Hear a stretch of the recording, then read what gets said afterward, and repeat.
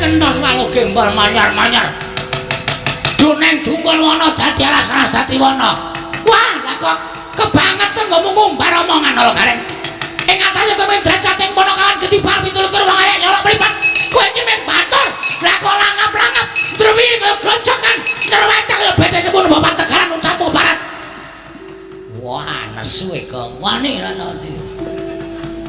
Durna to. Nah, wani Sasawati to. Nek kira-kira ngamuk tak kepruane watu ndase. Aja kasar-kasar men aku dasare wis ora seneng kok kebiyen kok. Nyuwun pangapunten, kula mboten wonten urusan karo sampeyan. Kowe ana urusan karo aku, perkarane napa? Kowe ngeceh karo wong Ngastina. Sapa sing kula eceh? Putu kula Semana Mandrakumara. Kowe tanggepong kentir, tanggepong edan, tanggepong kocok. Kowe putra Narendra nala Gareng ora melek mripatmu. Nuwun sewu, kula tak takon, kentir napa mboten? Lho, heeh, nek ra ora perlu diomongake. Lah, tegese sampeyan wis ngakoni, omongan kula niku napa goro? Omongan kula niku mau ngapusi. Nek kula omong abang ya kula andhake abang, nek nyatane biru ya kula kandhake biru napa wontene. Kula mung kepengin ngeman karo putrane Ndara Kresna, Dewi Bratawati aja nganti didhawuh karo putra Narendra. Sing nuwun sewu rada owah pikirane. Lho, omonganmu ki iso meneng apa ora? Lho Gareng. Lho Gareng. Kowe iso meneng apa ora? Kowe kebangetan kowe ngatasi drajating batul ketibane Tluker. Kowe nyolok mripating Baladewa. Kowe nginung karo anakku Semana Mandrakumara. Mas. Ora kerubutan. Madrana Reng? Ya. Kandangane iki. Nyepeleke ora. Kowe menungso ora tatanan. Sampeyan sing ora tatanan, Gareng kudune ngerti. Mungsumu ki aku ora kowe. Aja ngune-uneke kakangku sampe naik dhewe. Ayo nawani kowe karo aku, Gareng karo Begawan Dono. Napa kula luput kowe nek Semana Mandrakumara? Lho, ora seneng luput. Nanging kowe nyangklasan dhuwuring tenggak. Kowe ngino karo Begawan Dina, kowe padha karo Gareng ngino karo Baladewa, ora perkara ngino-nginonan. Sedekandani ra kowe. Menungsa apa kaya ngono? Lho, marang ngecek karo Begawan, durung ngecek karo Baladewa, apa abamu? Wah, yen ngono pancen peparangan Semana Mandrakumara ki mung pono kawan. Petruk sing utusan kakangane Nala Gareng karo Bagong pancen kepareng nyata. Terus nek kersane sampean saniki pripun? Kowe bali teng pundi? Bali nang omahmu. Kowe rasa mboyong Puratawati. Mboten iso, kula tetep kudu mboyong Puratawati. Kudu padha bali saka negara Puratawati, ora iso. Bali.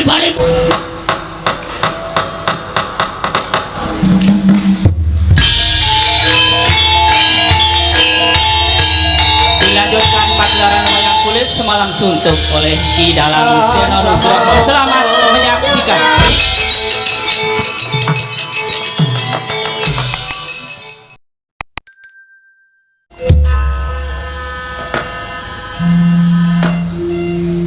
Niwangsuk Manamadi lho iku ana sasmintaning sing jagat wasisaning Udatara. Ora panut dhisik Kakang Pati Udawa. Ayo ndadake kaget. Sira Kakang Pati Udawa ingsun biji mangarsa meneng ngarsaning ingsun. Kakang Pati Udawa. Nyawa-nyawa jimat kula sembah kula wonten ing Madyapada prapting delahan Gusti kula ingkang sinuhing Ndarawati. Menawi paduka dangu dateng pisuwanipun ing abdi kepatihan sanget ndadosaken kuwatir raos sing manahipun ing abdi kepatihan. Mboten mantra-mantra pindharan salomba pinanjering alun-alun kumitra caruk maras. Nampi timbalan paduka Gusti kula ingkang sinuhing Ndarawati kepareng hamba garwana ingkang sejati sinuwun wonten dawuh menapa dene terwaca anggen paduka nimbali dhateng sawanipun ing abdipun Patih Udawa. Kakang Pati Udawa wonten timbalan kadiparan nggone ingsun percaya minangka dadi badal wakil ingsun manata tata rakiting negara Ndarawati. Kakang Pati Udawa maradhyake matur marang panjenengan ingsun Kakang Udawa. Gusti kula sembah kula menawi paduka miji babagan tata rakiting praja sadaya boten badhe angkuciwani para kawula sami saking saka kapiyakar luhuring nusa bangsa tuwin negari Ndarawati. Medhaipun para diperjulit boten kendhatengen pun sami gegladhen laki daning aprat sawan-jiwanji praja paduka katempe paramuka boten badhe angkepung punca paduka Gusti kula ingkang sinuwun ing abdi kepatihan remuk kasawurna putung sumangga kabandhemna diwaji sembah kula Kakang Pati Udawa ya. Ora liwat pakaran kang utama tindakno selawase lan prayoga nungglir ngadhep karsane ingsun. Kakang Pati Udawa sampun boten kirang prayogi wiswanipun ing abdi kepatihan. Namung denan sasampunipun kepareng kula ngaturaken sembah sumangga ping pangabektinipun ing abdi kunjuk ngersa paduka Gusti kula ing sinuwuning Ndorowati. Ingsun tampa tiba padha-padha Kakang Pati Udawa. Lho diuji. Sesembahan kula ngaturaken panuwun ing tanpa pendan. Apa dene sira Dimas Haryostiaki prayoga nggih ngadhep ngarsanipun Kakang Yayi Garbaruci. Tansah pinayani kawidadan. Derek sami kula sawanipun ingkang rayi pun Setyaki Koko Prabu. Namung pareng kula ngaturaken sembah sumangga ping pambektinipun ingkang rayi kunjuk ngersa paduka Kanjeng Koko Prabu. Jimat sembahan kula Koko Prabu pengayoman kula ing Ndorowati. Setyaki ingsun tampa akarya bombong tias ingsun ora liwat pangestunipun Kakang Tampanana. Kula punika jimat paripin dayana ing kasantosan Koko Prabu ing Ndorowati. Nun mangke dereng sawetawis dangu rawuh paduka Bapa Premban Durna miwah Koko Prabu Mandura. Nuwun sewu Premban, kepareng kula ngaturaken pasegan ana krami kunjuk ngersa paduka Bapa Durna. Sesembahan kula ing Sukalima Bapa Premban Durna ing Sukalima. Oh, astaka swala sila bertapa swalu gimbal semorante hawala. Lha nuwun inggih, Ger. Sampun kula tampi asa paseganipun paduka anak Prabu Ndorowati ingkang tumandhut dhateng Bapa ing Sukalima. Akarya bombong raos sing manahipun ingkang Bapa ing Sukalima, Ger. Namung kepareng ingkang Bapa ngaturaken pudya astutinipun ingkang Bapa kunjuk kersa paduka anak Prabu Ndorowati, anak Prabu Sri Bathara Kresna. Remban kula tampi akarya bombong raos sing manah. Mboten langkung kasicakno anggenjeng andika lenggah. Kula nenten, Ger, sampun mboten kirang prayogi wiswanipun ingkang Bapa ing Sukalima. Titik lenggan sak mangke wonten Brajeng Dwaraka, anak Prabu Ndorowati. Miwah Koko Prabu Baladewa sarapu paduka Kanjeng Koko Prabu katuran karaharjan tedhak paduka wonten Brajeng Ndorowati Koko Prabu. Jagat wasisaning Bathara Wayakna jagat Pathik Indra Jaladewaku. Ya, Kresna. Tansah pinangaring kawidadan nering sambi kula praptanipun Kakang ing Brajeng Ndorowati. Durga mendhak kala sirna. Mung keparengipun Kakang ngaturake salam taklimipun Kakang kunjung ngersani Yayi Prabu Kresna ing Ndorowati. Yayi Prabu kadangku ing Dwaraka. Kula cancang kucak ing wani dumawang wijang urma keting Werdaya saestu andadosaken cahya nur cahya daging rakajiwanan. Koko Prabu mboten langkung kasecakno anggenjeng andika lenggah. Yayi Prabu Ndorowati kaya wis ora kurang prayoga praptanipun Kakang ing Brajeng Ndorowati dina samengko iki. Yayi Prabu Kresna nun mangapunten saestu adamel kaget gugup raos sing manahipun ingkang putra ing Ndorowati Bapa Premban dene rawuh paduka ingkang sengkan-sengkan datan pepuyan upami alit utusan cantrik ing Sukalima biliring lenggan menika paduka badhe parang tedhak wonten Brajeng Ndorowati saestu kula nedhang rakit rata manik obro ingkang sing jog banunji kinarya petuk paduka Bapa Premban Durna saha nyawisaken Hermawar kinarya miji ampiang paduka Bapa Durna kacena tandha bektinipun ingkang putra tumraping sesembahan kula ing Sukalima Bapa Premban Durna Bapa Premban ing Sukalima. Kula nuwun sewu, Ger, nadyan nembe kawiyos sing mangandikan kemawon persasat sampun tumplak punjen sinundul puyuh manahipun ing Bapa ing Sukalima. Persasat kadidene kejubukan Wukir Sari kelepaning Samudra Madu. Nanging nuwun sewu lho, Ger. Tata upacara kaprajan ing mekaten menika kala wau boten sakrepipun menawi paduka pisungsungaken dhateng Bapa ing Sukalima. Krana menapa, Ger? Nadyan papan kula menika wonten ing Sukalima, kula menika ngiyup sandha pepadanipun anak Prabu Duryudana. Nanging pendak-pendak ingkang Bapa sowan dhateng negari Ndorowati menika tanpa beda pangraos kula kados wangsul dhateng pretapan Sukalima. Mila samangsa benjang menawi wonten wekdal ingkang milunggan anak Prabu Ndorowati sakula wangsa kepareng tedhak wonten ing pretapan Sukalima. Kula nuwun sewu, Ger. Kancana jigo kelawan Pekewuh Durgama Sangga Runggi. Sukalima karengku kados dene Ndorowati, anak Prabu Kresna. Anak Prabu Ndorowati, Ger. Matur sembah sewu muning tanpa pepindhan Bapa Durna. Dene mekaten ya sing pangandika paduka. Masak mangke gandeng sampun katingal sekeco tuwe nasu ingkang dadi napas asat ingkang dados riwe tumunten ingkang ngrayi utawi ingkang putra Indrawati cumadhong dawuh menggah menapa to wigatosipun dening Paduka Bapa Durna keparang rawuh wonten ing Perut Indrawati menawi keparang kawedharing kathah tumunten ngababarna nanging menawi wadita menaping para kadang sentana monggo Bapa kula dherekaken manjing salebeting kedaton pepanggihan catur netra kelawan ingkang putra Indrawati pun Kresna ing Dwaraka Bapa Pranabandana matur sanget ing panuwun ingkang tanpa pepindhan nggih estunipun wale-wale menapa sawanipun ing Bapak Sukalima kadherekaken anak Prabu Baladewa menika nuwun sewu bidhal kula menika mboten saking pertapan Sukalima namung mriki sowan dhateng kasipun anak Prabu Dwarawati menika sowan utawi bidhal saking negari Ngastina. Menapa to sababipun dene kula bidhal saking negari Ngastina malah kinantenan dening anak Prabu Baladewa wonten sungkuliraning penggalih. Lan nyuwun purba wasesa Paduka anak Prabu keparang ora dimingsek anggen kula ngabiyantara. Supados samangke ra dicetha anggen Paduka nampi aturipun ingkang Bapa Sukalima menika nggih anak Prabu Ndrawati. Kula sumanggaken dhateng Paduka Bapa Pranabandana sumangga Purbawasa ngasta Paduka Bapa Pranabandana kepareng ambabaron ingkang sejati kula nedya ngangulaken jangga niringaken karna mastuti sabda tama Paduka Bapa Pranabandana ing Sukalima Bapa Pranabandana handra ingkang beswita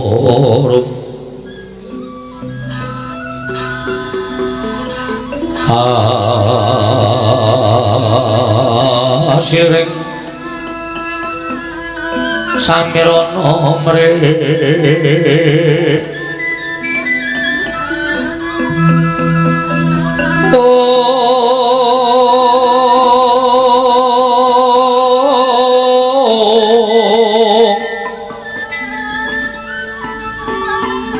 sekar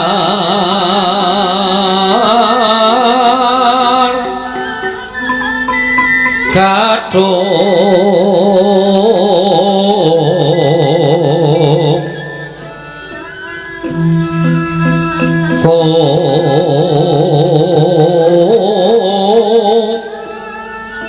ngas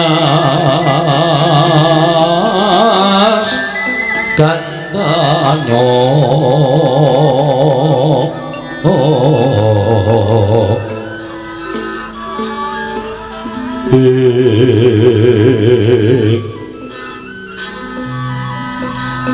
maweh raros renaning driya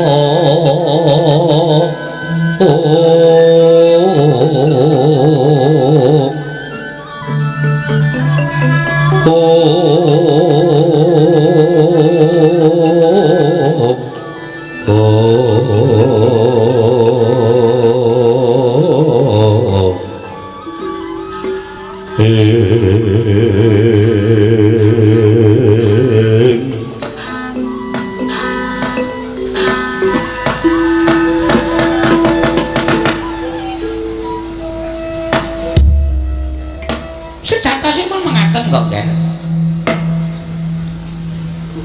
sampun laturaken ing ajeng bilih bidhalipun ingkang Bapak Sukalima menika boten saking pertapan namung bidhal saking negari Ngastina krana nalika semanten kula tinimbalan dening anak Prabu Duryudana kaget raos manahipun ing Bapak Sukalima dene kula tinimbalan sowan kersanipun anak Prabu Jaka Pitana ing Ngastina tumunten kula nampi sabdanipun anak Prabu Duryudana bilih samangke kula kadhawuhan supados sowan wonten negari Ndrawati mbuktekaken dhateng pawarta ingkang sampun sumebar warata saindenging jagat persasat jagat menika ngantos kebrebeken dhateng ngumandhangipun praja Ndrawati menapa para saestu bilih Paduka anak Prabu menika nggadhahi putra putri wujudipun Sekar ingkang nedheng ambabar Gandhawarum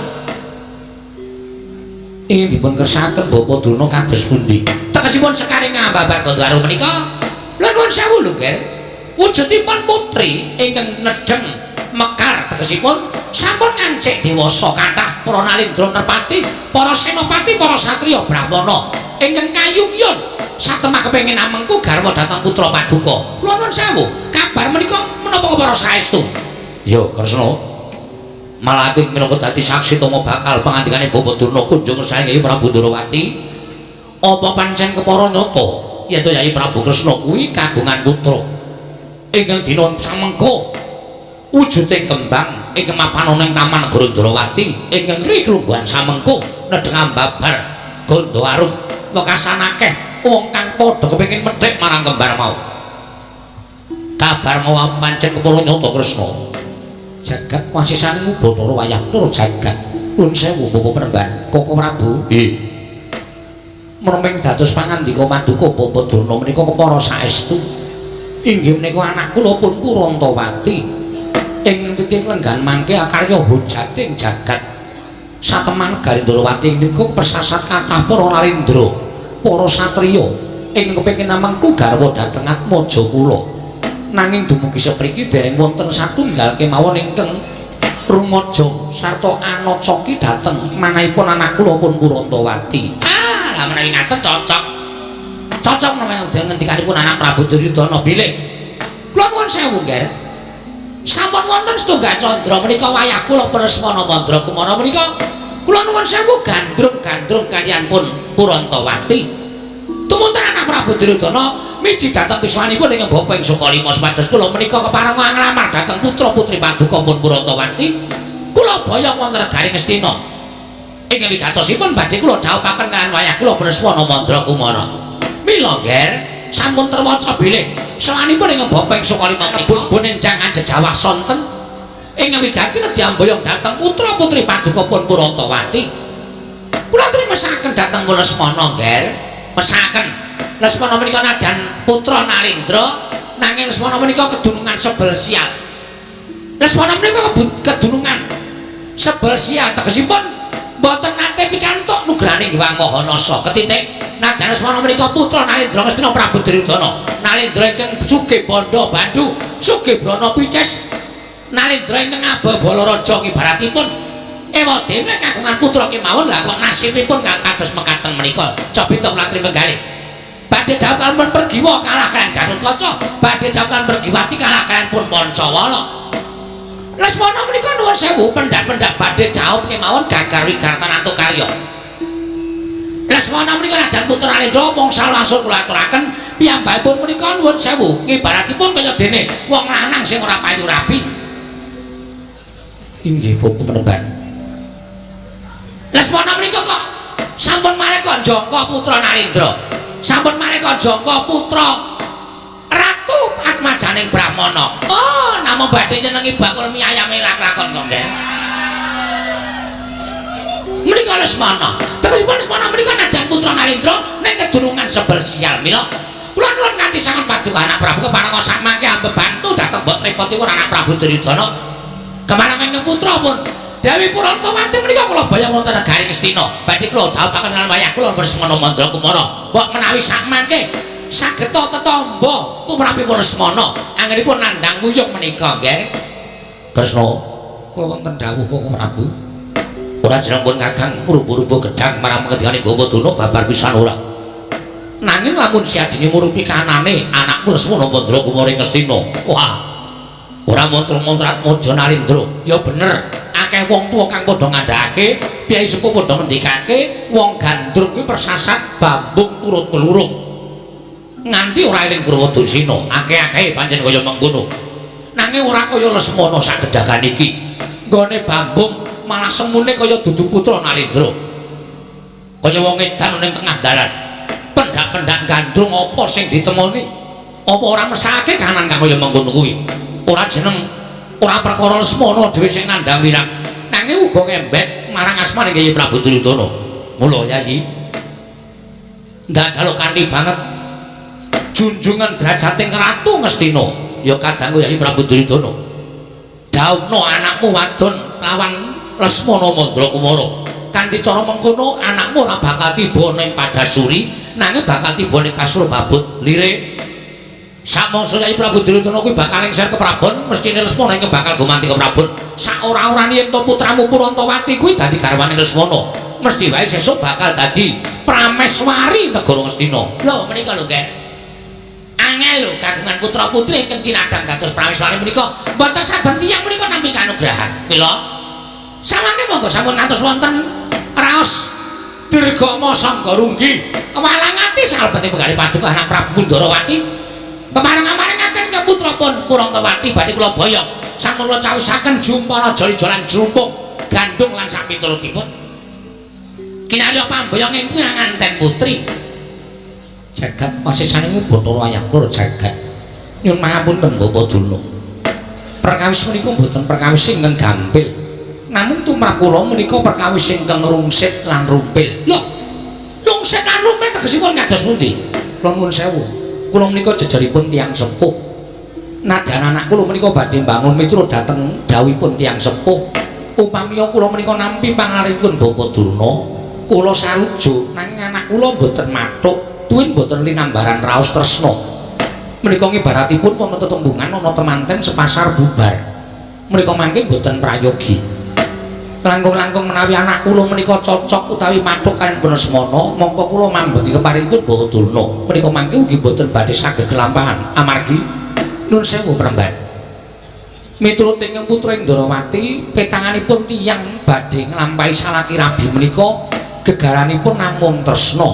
Jaran ngibaratipun tiyang keplok menika boten kok asta setunggal, nanging asta kalih. Temanten kakung lan putri sami-sami tresnanipun. Mekaten nggih. Mila kathah ingkang sami nyebataken dasaring tiyang badhe mangun Bali Wisma menika wonten setunggal seneng, angka 2 kenceng, angka 3 kepareng, angka 4 wilujeng. Seneng, kenceng, kepareng lan wilujeng menika tegesipun kados pundi? Menawi wonten negari Ndarawati menika tasih dipun agem seneng. Gegaranipun tiyang rabi menika namung raos tresna utawi seneng sabab tumrap kula menawi gegaranipun tiyang mangun Bali Wisma menika tanpa linambaran raos seneng utawi raos tresna menika mangke boten badhe sae kedadosanipun ingkang angka kalih kenceng ingkang kenceng menapanipun ingkang kenceng menika tekadipun tekadipun inggih kasinggihan mekaten sabab tiyang mangun Bali Wisma menika kedah sampun wantu nyebat sebaya mukti sebaya mati yen abot padha dipikul yen enteng padha dicangking amargi sasamunipun napaki Bali Wisma menika kala wau badhe dhateng pacobaning gesang ingkang dipun paringaken dening Gusti Kang Maha Kawasa mila menawi boten kenceng tekadipun menika mangke kekalihipun menika sampun kepareng badhe nglampahi salaki rabi tiyang sepuhipun ugi sarujuk tiyang sepuh temanten kakung lan tiyang sepuh temanten putri sabab tiyang mangun Bali Wisma menika mboten kok njojokaken awak piyambak nanging uga njojokaken sanak kadang mitra kawruh tangga tepalih menika tiyang bangun Bali Wisma wonten ingkang pungkasan inggih menika wilujeng mboten ketang namung sarwa ringkes kedadipun wilujeng dipun seksekaken dhateng tangga tepalih sederek sedayanipun kedah rawuh kanthi tata upacara adat budaya ingkang dipun lenggahi piyambak-piyambak menika wilujeng. Dados tumrap kula tiyang mangun mboten nagahan kesusu kaselak mangke mindhah boten prayogi kedadosanipun. Oh, inggih menika sae, menika sae. Nanging nuwun sewu menawi tumrap saka 5 petangan kados mekaten menika boten dipun agem. Boten dipun agem boten ya. Sabab nuwun sewu, desa mawacara negara mawa tata. Petangan saka 5 menika wonten piyambak. Petangan saka 5 menika tiyang badhe nglampahi rabi menika kula nuwun sewu namung dipun etang ingkang disebut Pancasuda. Pancasuda inggih nggih. Pancasuda menika nuwun sewu dinten kelahiranipun temanten kakung dina pasarane menika dipun jumlahaken kaliyan dina kelahirane temanten putri. Lajeng dipun suda 5. Menawi dipun suda 5 menika mangke tirah setunggal menika tegesipun sampun ngantos dipun lampahi rabi mergi menika mangke badhe pegat pati tegesipun durung tutuk gone mangun Bali Wisma wis dadi duda utawa ranja menika mboten sae mekaten Bapak Durna menika malah kula nembe ngertos menika ngaten menika tegesipun tukar kawruh panjenengan paring kawruh babagan kenceng kepareng seneng lan wilujeng menika kala wau kula ngaturi kawruh kula ingkang sinebut Pancasuda lajeng menawi tirah kalih loro menika tegesipun jodoh tegesipun jojo menika kula nuwun sewu menggok ya ngemplok obah ya mampah ngene bali mangun Bali Wisma bakal apik lan becik nganti tekan kaken-kaken ninen-ninen momong karo anak putu menawi tiba telu menika wahyu menika sae menawi panjenenganipun jodohaken petanganipun tiyang mangun bali wisma menawi tiba 3 utawi 3 menika sae Nger menika tegesipun badhe bebakulan ya laris badhe menapa-menapa tentu dipun ayomi dhateng panguwasaning Dadang Purwedak menawi dawah papat menika disebut pegat ning ora pegat pati ana sing pegat rezekine ana sing pegat ora duwe anak lan turun sak piturute menika petanganipun menawi saka 5 mekaten nggih monggo lairipun Lesmana kaliyan lairipun Prantawati menika sampun kula etang menika sampun cocok dawahipun kalih lho Bapak Durna menapa ngertos lairipun anak kula sampun ngertos nggih mawi paningal batos Rebo Wage lho lho kok cocok Bapak kula menika pendhita ampun dianggep wong nggih pendhita ampun disepelekke kula menika Rebo Wage Rebo 3 Wage menika lajeng Lesmana Mandra kemana menika Jumat Paing nuwun sewu Bapak Durna Wage kalih Paing menika biasanipun boten cocok menika ra rumiyin samenika cocok-cocoke mawon kan Paing jodoke Wage ya apik pon jodoke Legi ya apik Legi dinaik Paing ya dadine mesti ya enak ngaten nggih dados Lesmana Prantawati menika tumrap kula sampun matuk sampun gathuk menawi kula jumlah menika wontenipun main boten kletu 17 menika dipun suda gangsal menika turahipun kalih tegesipun loro tegesipun jodoh lho napa boten elok Lesmana kan putra Prantawati menika sampun jodoh menggok ngemplok obah mamah menawi cara kula benjang menapa malih panjenengan badhe muktekaken dhateng ke putra pun Prantawati menawi boten sak menika nggih monggo dinten menika badhe kula boyo wonten negari Ngastina upami wonten pangandika paduka handua keparingun Bapak ing saka 5 dasaripun menapa lan wonten pangandika menapa malih kula nedya cumadong dawuh ngendikipun anak Prabu Kresna ing Ndarawati nggih sikra-sikra ya raket nawang sesongko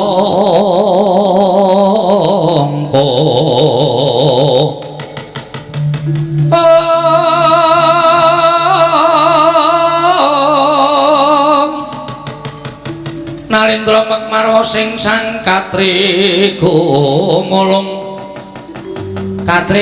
mangrempak ing wadya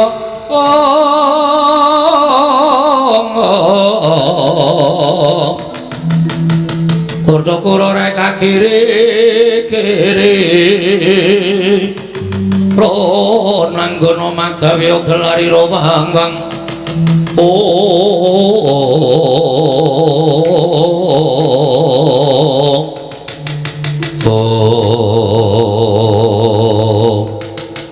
Didumadyaning Pasewakan Agung nalika semanten sami midhangetaken pangandhanipun Brahmana ing saka 5 Pandhita Durna Tu pandhita ingkang wicaksana wasis ndadosaken tintrem madyaning Pasewakan Negari Ndarawati nadyan nata ing Ndarawati Prabu Sri Bathara Kresna datan mubah datan musik nganti kaya Pratima Kencana Pratima tekse golek Kencana masumara cayaning nata Ndarawati nganti kaya golek Kencana nggawe kanyut nangka wardu kanyut ujaring ganten wardu jarawa kecok nang durung abang durung manding dasaring pertolo kasaru geger njaba sami alok yen to Ndarawati ana daya nalika semanten dadosaken hujat kang samya tumingal nadyan nata ing Ndarawati semu kagiating penggalih nyumurupi obeng para kawula mangrembeng para kawula ing samya gantung sepoi kanca biyak-biyak ana daya jaluk dalan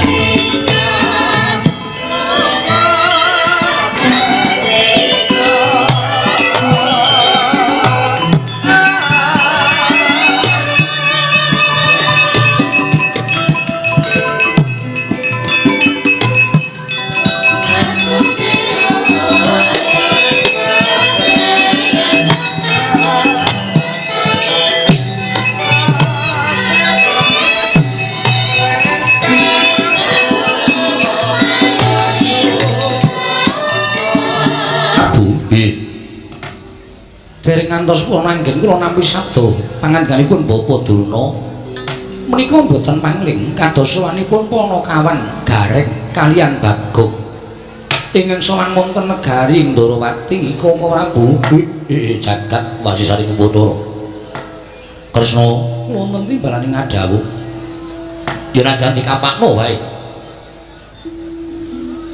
Gareng lan Bagong kuwi Panakawan negara ing Ngamarta padha karo Panakawan negara ing Ndarawati Mula mbok menawa suwane Garing kelawan Bagong iki ana wigati ingkang bakal diaturake marang Kyai Prabu Ndarawati.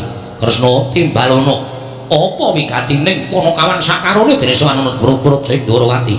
Koko Prabu lenggah ingkang langkung mrayogi kula badhe andhangu dhateng swanipun Panakawan kekalih. Yo Kresna kaya wis ora kurang kepenak pratanipun Kakang.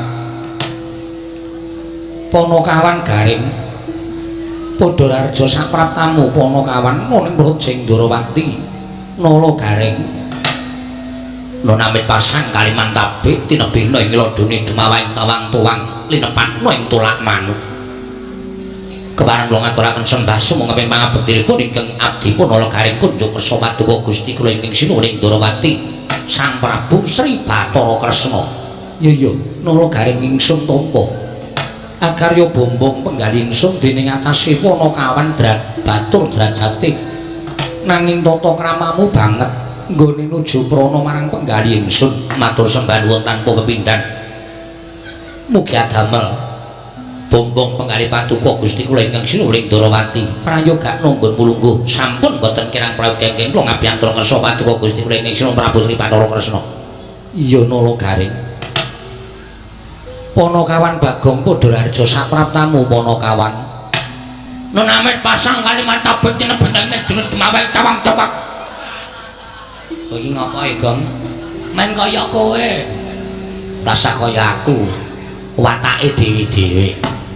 Linepane ing tulak manung sinuwun kepareng kula ngaturaken sembah sumungkeming pangabekti kula kunjuk sandhap pepada paduka Gusti kula Sang Nata Prabu Sri Bathara Kresna jagat Dewa Bathara ya jagat pangestungkara Bagong dalem kepenak tembungmu gawe bombong penggali ingsun matur sembah nuwun pangestuning ingsun tampan ana Panakawan kula pun dinggo jimat paripe dayana ning kasantosan paring pangestu paduka amawahana kabejaning gesang kula sinuwun.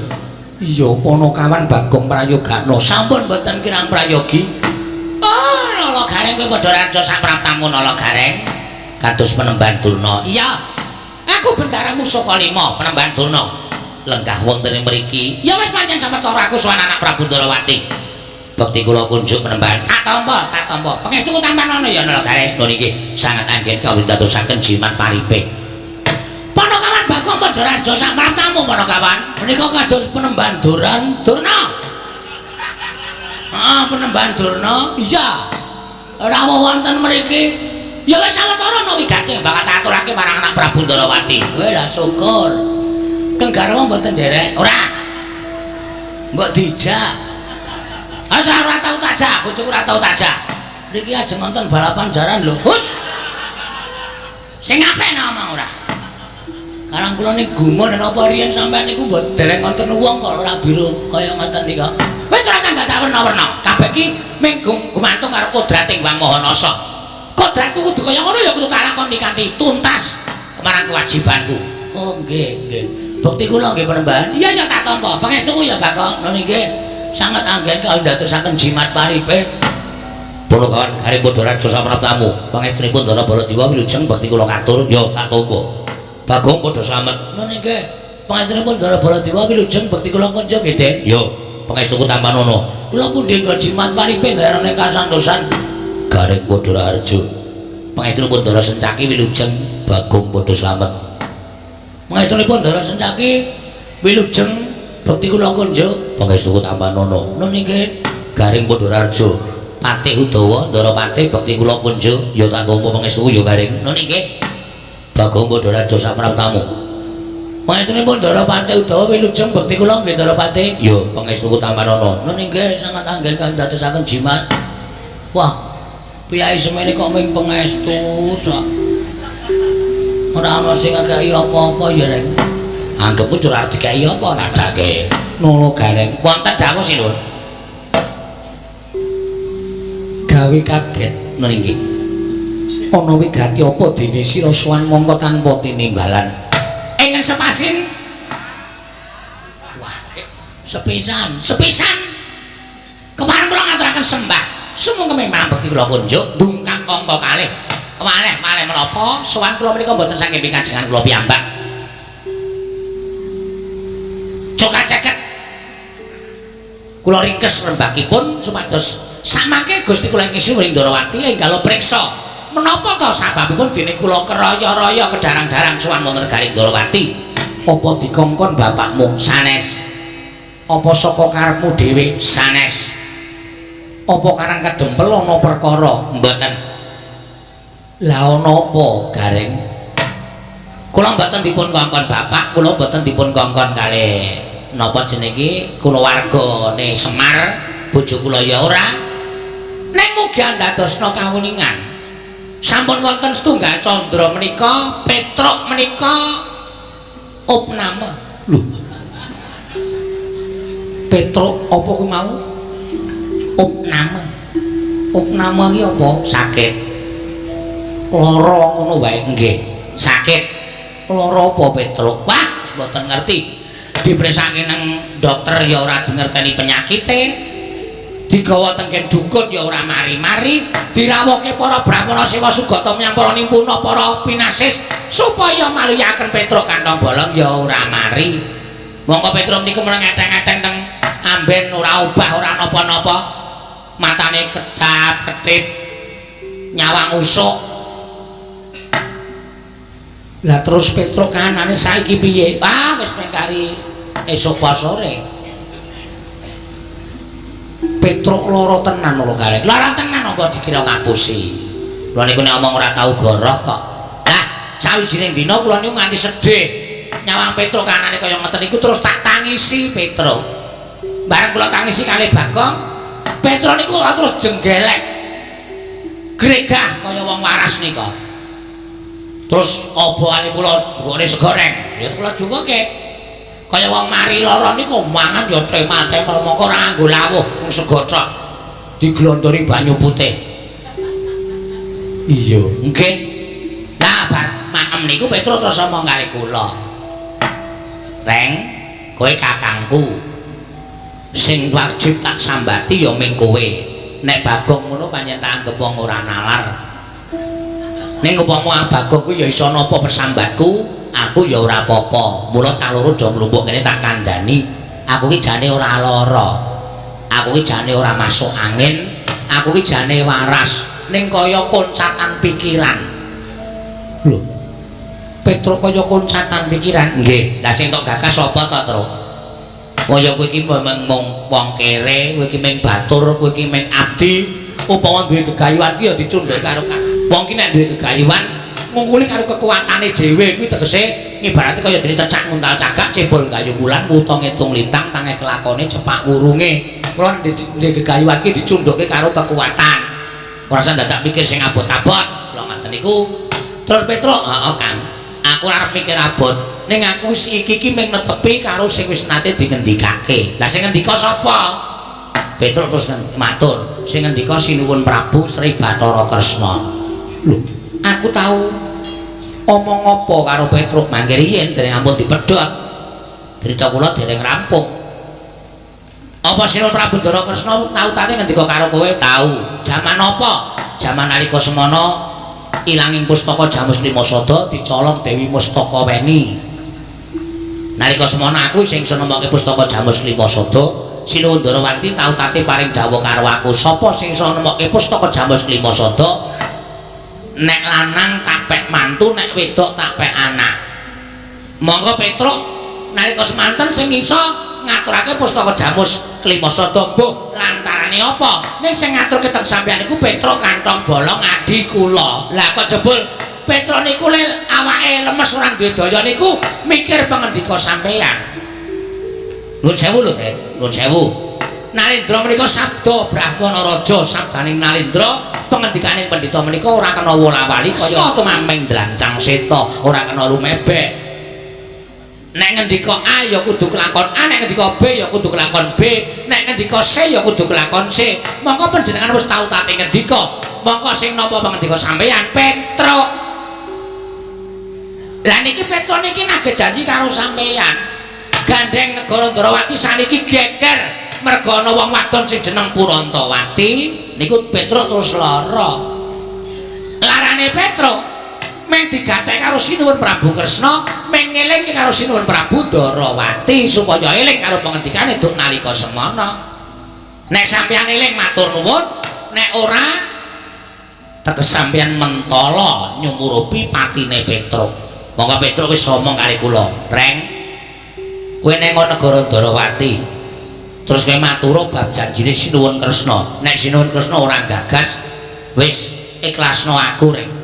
Aku arep golek dalaning pati, aku arep gantung. Nek nganti Petruk iki mengko tekaning pati, nuwun sewu panjenengane Sinuwun Ndarawati tegese utang nyawa karo Nala Gareng.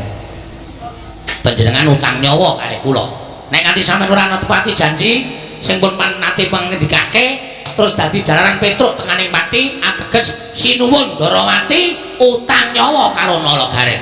Kantri maning Nala Gareng arep awak kula kaya ngeten niku, arep awak kula tangan kula cekot sikil kula becik mata kula kira nek kula bumi angus negara Ndarawati ora nganti telung kedheping netra mesti kula sing kobong. Piye to reng le sumbar iki ora bumi angus negara Ndarawati kok mesti kula sing kobongaken iki ngrungokke tenanane le omong mencla-menclek. Mboten nganti sak siling bawang, sak umuring jagung, sak uruping damar. Negari Ndarawati mesti badhe kula osak asik. Kula damel base bosa. Bosa. Pun cekap semanten atur kula. Kemareng kula anengga dhateng Sabdatama Paduka Gusti kula ingkang sinuwun. Nala Gareng wonten dawuh. Satemene aku kepengin netepi marang janji wis ndak aturake marang Petruk duk nalika semana. Lah niku tegese netepi dhateng kalangganipun Paduka Gusti kula ingkang sinuwun Ndarawati. Ning ana bab ingkang dadi pepalang. Napa sinuwun? Bapa Penemban Durna rawuh mrene iki uga bakal kepengin mbaya Purantawati. Lho. Niki iya Nala Gareng. Ajeng dijawabke kalih arep didhawuhke karo Lesmana Mandrakumara. Lesmana anak Ngastina. Iya pancen mangkono Nala Gareng. Pancen arep didhawuhke karo Lesmana Mandrakumara. Oke, nuwun sewu. Niki perlu dirembug ampun Sembrono. Iya, dirembug sing bab apa? Lho, bab sampeyan ajeng maringake ingkang putra Katur Begawan Durna ajeng didhawuhke Lesmana Mandrakumara menika nuwun sewu. Kula tak takon panjenengan menika wong tuwa napa dudu? Lho, aku wong tuwa. Wong tuwa sing duweni putra Dewi Purantawati mestine kaya ngono. Saiki wong tuwa ngendi? Wong tuwa pundi sing ora kepengin anake wedok menika mukti? Kula tak takon. Wong tuwa ngendi sing ora kepengin anake wedok menika mukti? Menika mboten wonten. Sing jeneng wong tuwa niku kudu iso napake kamuktene anak. Iya Nala Gareng. Terus saniki kula tak nyuwun pirsa. Nek nganti Dewi Purantawati menika didhawuhke karo Lesmana Mandrakumara, nuwun sewu, napa panjenengan mboten mangertosi kondange Ndara Lesmana? Hah? Ndara Lesmana menika arepa putra ratu, arepa nika putra Nalindra, arepa menika sesuk bakal gumanti keprabaning Prabu Duryudana. Ning nuwun sewu, wong sak jagat niku wis ngerti nek Lesmana niku anak ratu ning rada kenthir. Napa sampeyan mentala? Putra-putri sampeyan sing ayu Sresti yang warna lah kok didhawuhke karo wong lanang sing rada kenthir. Ya bener, Lesmana menika sugih bondo bandu persasat kadonyane seprapat jagat diuja karo wong tuane. Ning nuwun sewu, apa ya kabagyaning batin menika saged sinanding nek nyanding wong lanang. Bojo sing nuwun sewu uteke ora genep. Kula nuwun sewu lho menika namung ngemutaken.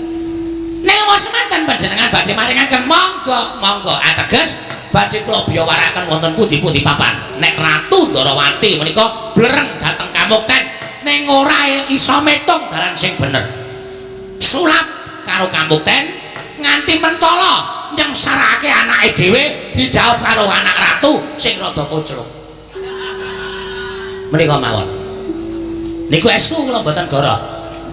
Ning menawi dipun rabi kaliyan Petruk, lho Petruk menika mung wong batur gedhi bal 17. Petruk niku mung apa kabagyaning lahir batin menika diukur karo akeh Brana Picis, mboten.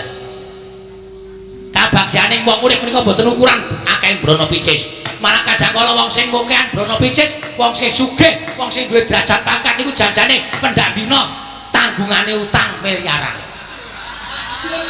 Mula akeh wong sing sugih, akeh wong sing duwe pangkat pajak, akeh sing duwe kelungguhan niku adane penyakite mesti stroke.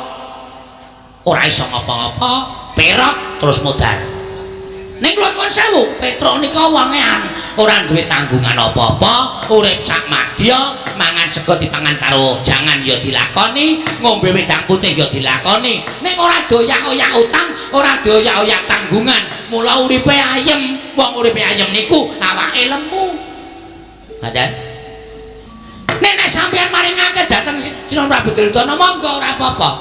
Arep ing putra menika Saba utawi lenggah wonten ing Goro Ngastina lungguh kursi apik nganggo gelang nganti teng krompiang nganggo jarik ngibarate blebekan mas ning nek atine rekoso saya kuru putra panjenengan gerah bar niku mboten nonton sapa sing kapitunan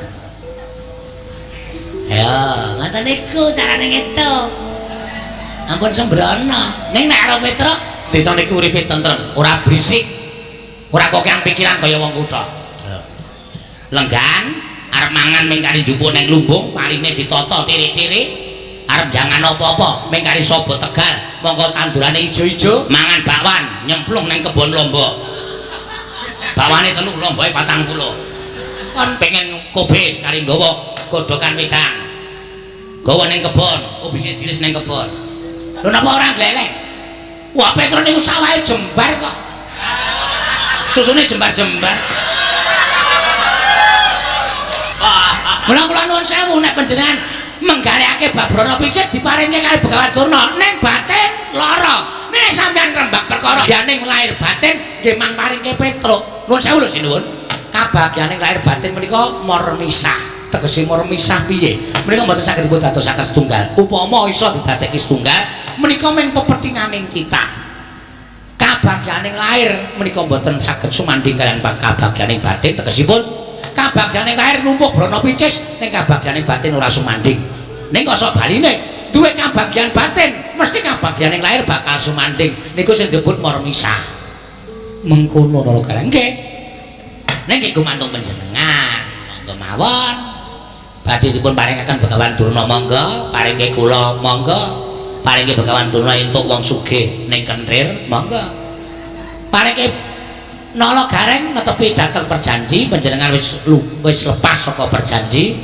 tur dasare Kang Putra didhawuh karo adhi kula Petruk arep ora patek sugih ning ya kok seneng atine niku pilihan angel wis nuwun angel terus saya angel kula percaya panjenengan wis dimingi-mingi werna-werna karo Begawan Durna mula ora iso omong apa-apa nek pancen dipun paringi Begawan Durna monggo mboten napa-napa kula tak bali tak ngrukti kon arepane Petruk cetha tekaning mati nglalu mergo ora lakon dawuh karo putramu mboten napa-napa kula kelangan ati mboten napa-napa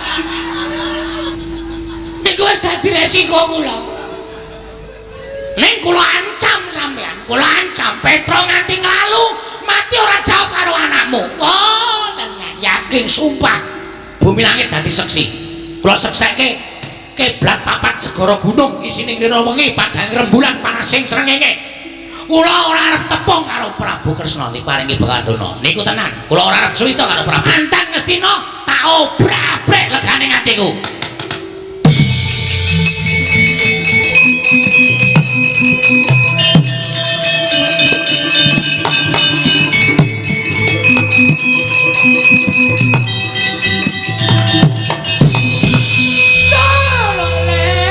kentos walu gembol manyar-manyar duneng dungkul wana dadi alas-alas dadi wana wah lah kok kebangetan ngomong ngumbar omongan lho Gareng ing atase kowe drajating ponokawan ketibal 17 wong arek nyolok mripat kowe iki mek batur lah kok langap-langap druwi kaya grojokan nyerwetek kaya becek sepun bapak tegaran ucapmu barat wah nesu kok wani ra saweti Durna lho nah wani ra saweti kok nek kira-kira ngamuk tak kepruane watu ndiase aja kasar-kasar men aku dasare wis ora seneng kok kebiyen kok nyuwun pangapunten kula mboten wonten urusan karo sampeyan kowe ana urusan karo aku perkarane napa kowe ngecek karo wong Ngastina sapa sing kula ecek putu kula semana mandra kumara kowe tanggep wong Kentir tanggep wong edan tanggep wong kocok kuwi putra Narendra Nalagaring ora melek mripatmu. Nuwun sewu, kula tak takon, kentir napa mboten? Lho, heeh ning ra. Ora perlu diomongake. Lah, tegese sampean wis ngakoni, omongan kula niku napa gara? Omongan kula niku mau ngapusi. Nek kula omong abang ya kula andhake abang, nek nyatane biru ya kula kandhake biru napa wontene. Kula mung kepengin ngeman karo putrane Ndara Kresna, Dewi Brantawati aja nganti didhawuh karo putra Narendra. Sing nuwun sewu rada owah pikirane. Lho, omonganmu ki iso meneng apa ora? Nalagaring. Nalagaring. Wis iso meneng apa ora? Kowe kebangetan ning atase drajating Bantul ketibane Tluker. Kowe nyolok mripating Baladewa. Kowe ngino karo anak Lesmana Mantra Kumara. Mas. Ora kerubutan. Madrana reng? Ya. Kandangane iki. Iso apa ngene? Nyepeleke ora. Kowe menungso ora tatanan, sampean sing ora tatanan. Gareng kudune ngerti. Mungsumu ki aku ora kowe. Aja ngune-uneke kakangku sampe naik dhewe. Ayo nawani kowe karo aku, gareng karo Begawan Dana. Napa kula luput nek Lesmana Mantra Kumara? Lho, ora jeneng luput. Nanging kowe nyangklas sanduring tenggak. Kowe ngino karo Begawan Dina. Kowe padha karo gareng ngino karo Baladewa, ora perkara ngino-nginonan. Sedekandani ra kowe. Menungsa apa kaya ngono? Lho, malah ngecek karo Begawan, durung ngecek karo Baladewa. Apa-apamu? Wah, yen ngono pancen peparange Lesmana Mantra Kumara ki mung pono kawan. Petruk sing utusan kakangane Nalagaring karo Bagong pancen kepara nyata. Terus nak kersane sampean saniki pripun? Kowe bali teng pundi? Bali nang omahmu. Ora samboyong Brantawati. Mboten iso, kula tetep kudu mboyong Brantawati. Kudu padha bali saka negara Brantawati, ora iso. Bali piye? Wis ora kesel iki orake omah. Genti-genti akan wujud karakter wayang. Saiki ngene wae. Sapa sing cilik gedhe sing kadedaning Begawan Dana wenang boyong Brantawati. Oke. Kono wis nantang urung tak enteni. Hei. Ayo ge omong. Malah meneng wae. Lho, kowe iki karepmu piye? Omong piye? Omong kaya Durna kuwi lho. Ngetoke sayembara apa piye? Yo, aku tak ngetoke sayembara. Yo, aku tak ngetoke nggonku. Sapa sing cilik gedene sanga kuwi dadene Baladewa. Wenang boyong. Ya kuwi Dewi Brantawati. Oke, tak tandangi. Semono aku ya arep ngetoke sayembara. Sayembara apa? Sapa sing iso nglangkahi batange gareng? Lho. Iki kok batangku iki piye iki? Oh iya lali aku. Dadi mati kowe nang ora apa-apa. Dengkulmu mlocot ora. Anakku cilik-cilik. Ayo aja aku kaya. Dudu nang ngene, papane wong neter katetean. Dudu nang ngene, papane. Ayo, metu coba. Bareng kabeh aja nganti kowe iki.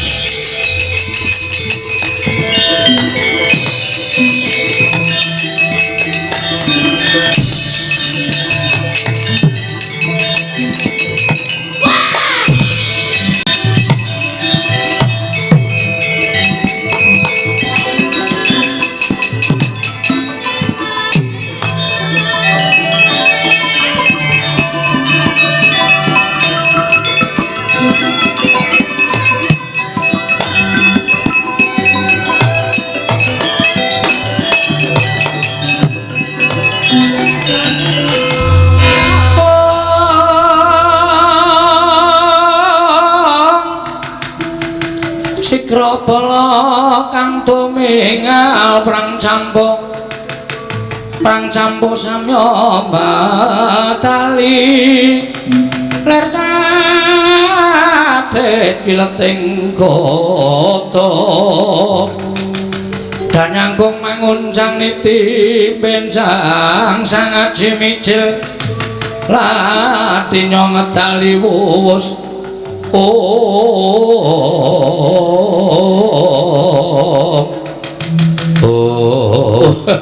ribun merban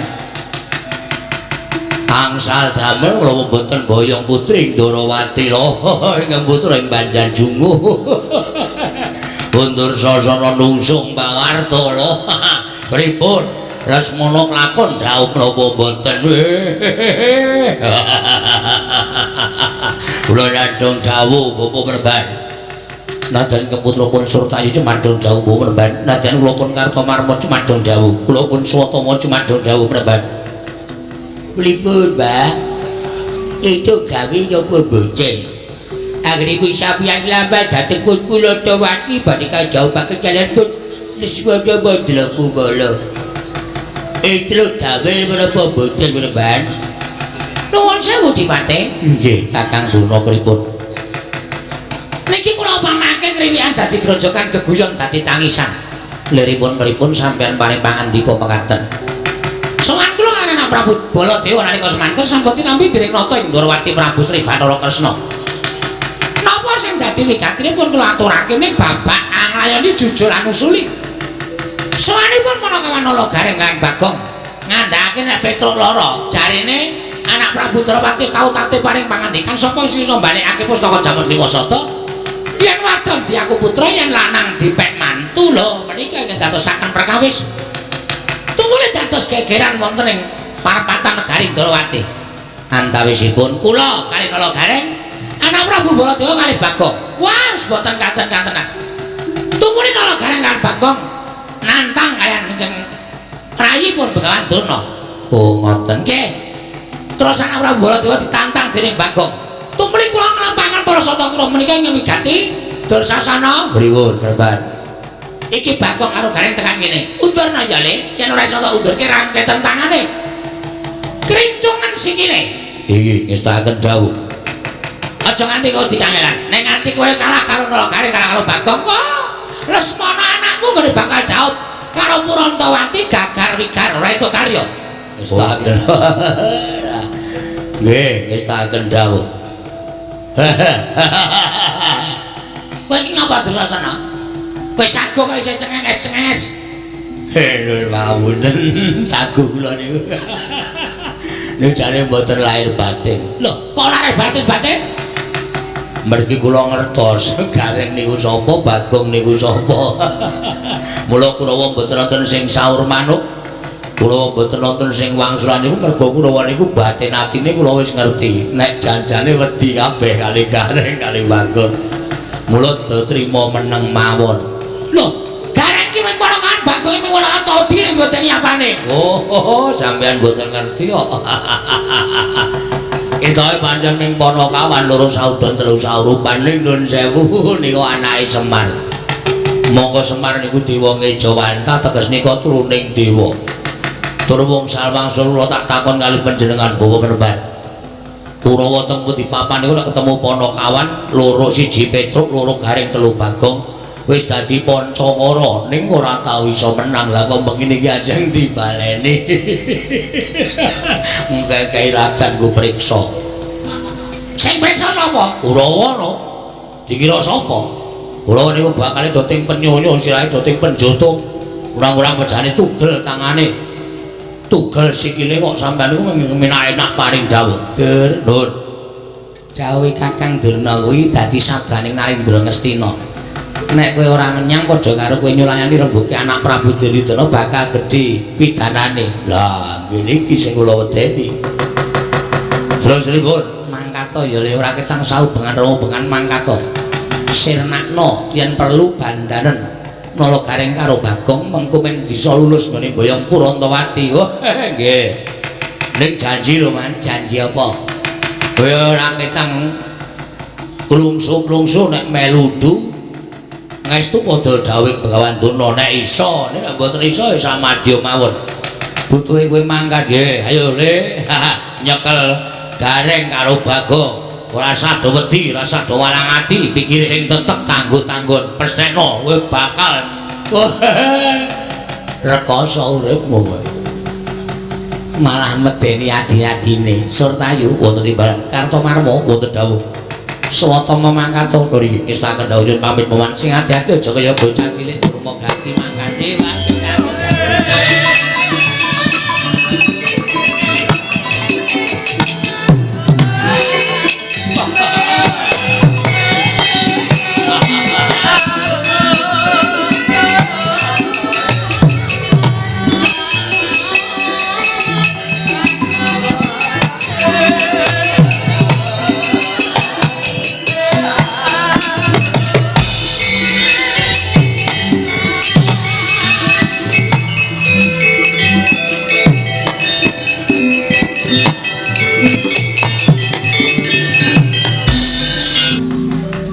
Kurawa wis dampyak-dampyak lho, Rek. Ah iya aku ya ngerti.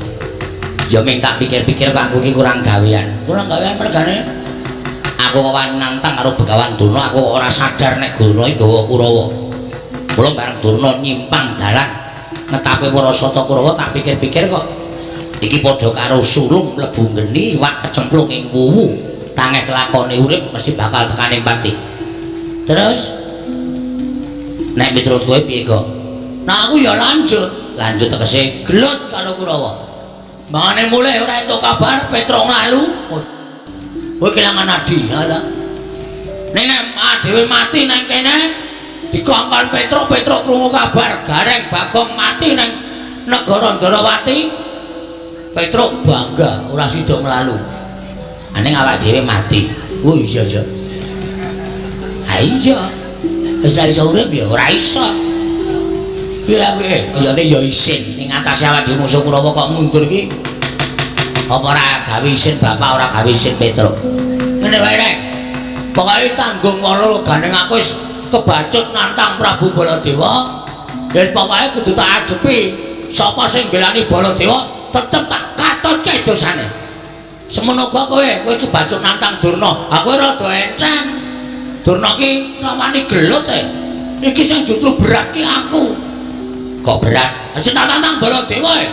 Ora nganti Baladewa nesu. Bagong marang jajaran ceketane para ora minggat glandang nenggala. Modiar. Abot aku to resikone. Ha iya. Mula kene wae saiki ditutup piye. Kowe mungsuh Kurawa, kowe nek Baladewa maju aku sing ngadepi. Aku, heeh. Kurawa 100 ki kandhing aku. Ora masalah. Kowe iki cilik ketoke cilik ning ringkil lho, Rek. Anu ketoke cilik ning Dedaya lho kowe. Ha iya. Anak mbarep kok. Wani ora? Wani. Tak ndelok kaya apa kadedane Nala Gareng. Mundur kene Le. Kurawa tekan kene ora nglundung karo awake dhewe kon bali ning omahe Petro. Aja gelem. Rawe rantas. Malang bakal tak putung.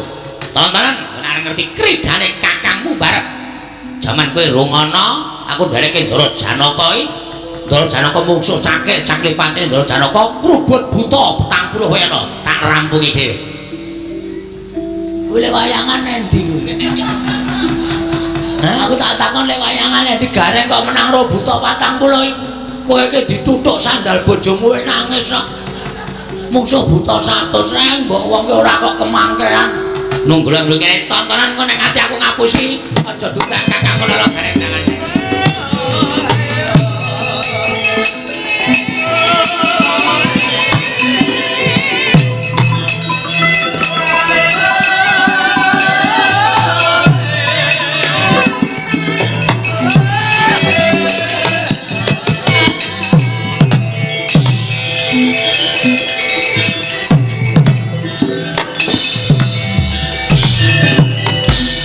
Rakya Patiku lek ngabdipun Nala Gareng. Mburi kae ora pangling Bagong. Nggih Rakya Pati. Menika ingkang wingking Ndara sinten Surtayu? Iya, aku Surtayu Bagong. Wah, la iki mungsuhe pertama Surtayu rek. Ngati-ati. Piye, goleke pedhi apa? Hus. Mbok ngopo? Nek kowe mati barang. Wis senengane kok mujenge kakane sing ora apik to dongakno kakane menang kok pate-pateke ora. Kersane napa Ndara Pati? Aku goleki kowe. Nggih, pun pinanggih ten mriki. Keparengipun kowe tak dawuhi gelem apa ora? Nek kula cocok gelem, nek mboten nggih mboten purun. Kowe bali. Bali teng pundi? Nang omahmu. Terus ora sah boyong Purantawati. Purantawati arti boyonge negara Ngastina dadi garwane wayah Mas Saroja Kusuma ya Lesmana Mandrakumara. Terus kanane Petra piye? Hah? Sampeyan ora paham kok rembugane teng Pasewakan wau. Kula matur Lesmana Prabu Ndarawati, nek nganti Petra ora kelakon dawuh karo Purantawati, dheweke ngiklasake patine tegese bakal golek darane pati tegese arep nglalu. Nek kula mulih mongko ora ana kabar tentang Purantawati, Petra nglalu. Nek Petra nglalu kula kelangan adi. Bangane kula kelangan adi, luwung ten iki kula mati tak wujuti. Yen ngono kowe wani karo Kurawa, aja kok Kurawa. Patine Ngastina wek-wek cangkeme tak wek. Reng mbok nang ngono kuwi reng. Aku sing deg-degan nih. Omonganmu terlalu ngawur. Menengah, kowe iki tak nggo jontrok men dono susisan. Ngrubut aku ora bakal wedi. Lho, loro garing suarane aja sak kepenake dhewe. Sakarepku wong cangkem dhewe kok. Arep ora piye sakarepku. Tegese kowe wani karo Kurawa. Wis wani ngadeg nang kene iki tegese aku wis wani ngadepi Kurawa. Aja men kowe surtai. Ayo, Citraksa, Citraksi, Dursasana, Durgapa, Kartamarwa, Dursena, Mogati kon maju kabeh. Ku tak nggo nekrang sikae. Weh, bocah iki mripate kira tangane beje kok. Omongane kaya iso mateni geni. Aku dadi kaya ngono lho. Kowe iki mundura tak eman aja nganti kowe tekaning pati. Mboten sadi eman kaya bayi eman-eman. Teng mriki bukteke sapa sing iso ngalahke Nalgareng menang mboyong Purantawati. Semono uga Kurawa bubar saka tangane Nalgareng, Petruk dhaup karo Purantawati. Ngono ta, Gong? Cocok. Si aku tak ora minggat lakon dikeroyok Kurawa. Mang maju jajal Nalgareng apa Kurawa sing bakal mundur saka Pambaratan.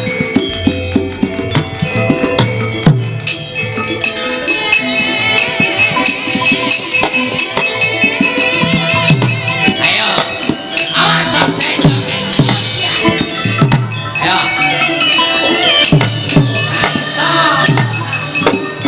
Ya awas.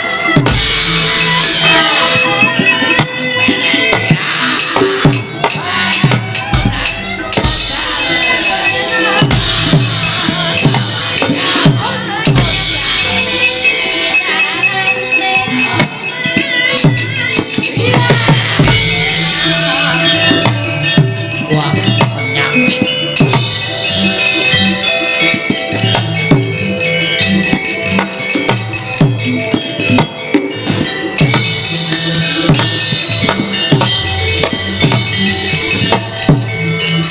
Waduh, yang rocok juga.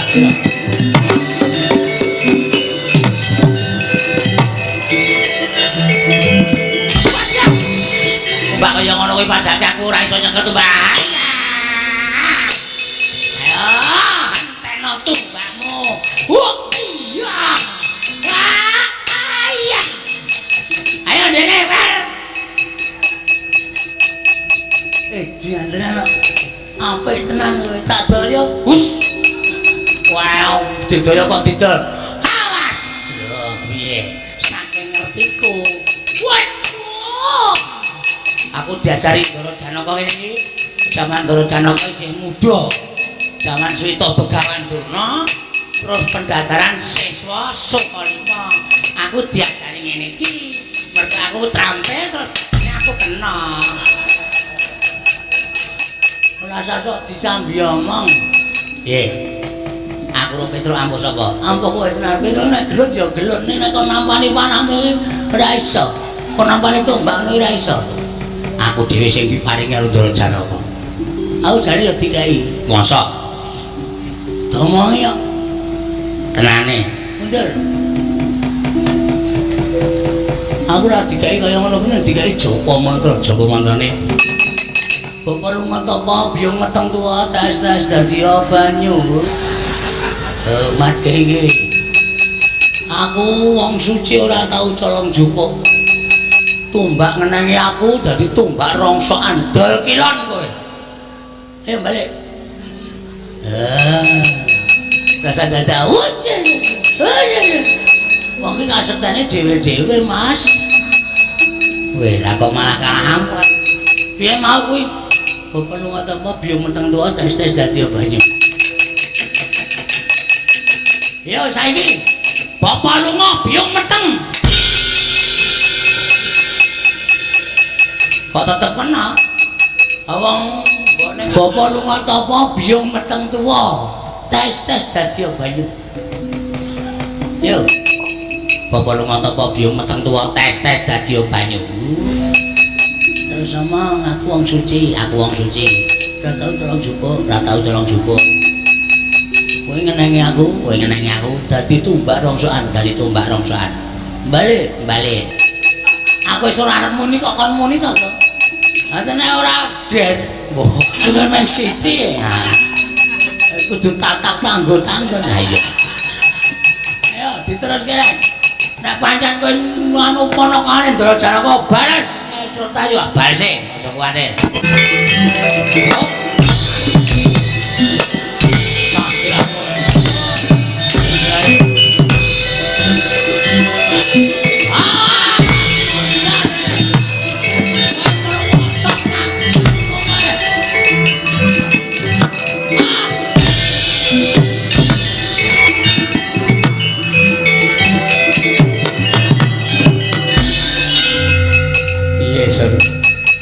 Kawon men mboten nyono babar pisan nembe pisan menika ing ngadat saben kelampah kula menika gelutipun kalian Petruk lah iya ning sagedhangan menika mengsa garing wah garing menika jebul menawi krida ngedapi-dapi keterampilanipun ngalahake Petruk arep lilin ngantem menika rasane kula rasake ora sepiro ning nek bola-bali saya suwe saya mumpet saya buyer lho sumanggaken men kula mboten saged ngatasi pun kula semanggaken loro kabeh awak kula muncalke tumbak pirang-pirang garing niku ya iso nyauti tumbak kaya Janaka nika wah edian mboten nama mokal ponokawane Janaka mula keterampilan ya meh padha karo juragane lah iya ora maju meneh mboten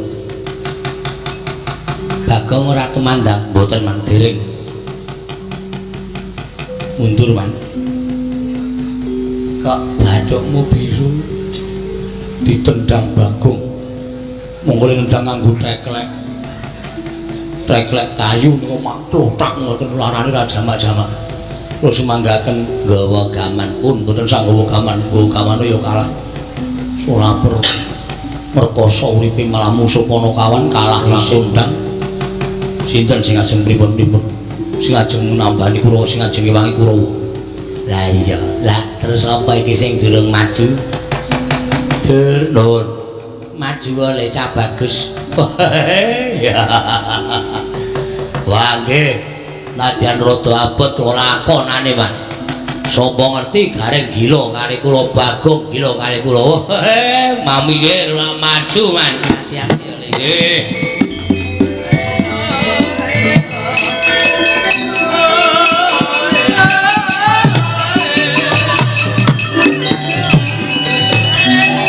mau kentir joget kok mubeng-mubeng ora apa-apa joget bebas kok jadilan kang slupan ya mubeng-mubeng oh caidan ndara tersasana ya ajeng napa sampean golek garing karo kowe nek pun ketemu tak labrak ora gelem minggir ora salah ngrebut Purantawati aja takon dosa bali ming kari jeneng berarti mriki ajeng ngelabrak kula iya wani kok ya lho wis kebacut kaya ngene kok ora wani yo jajal yo lho jajal piye ayo gelut wah lha iki ping batur kok wani karo Pangeran Pati aja sok ngempuke watu ngatoske banyu giri lusi jalma tan kena kene lho Gusti iki paring kekuatan dhewe-dhewe arep jajal ya ha ora mengko ki ngomong oh, arep ngopo kowe? Arep ngantemi aku? Yo. Yo.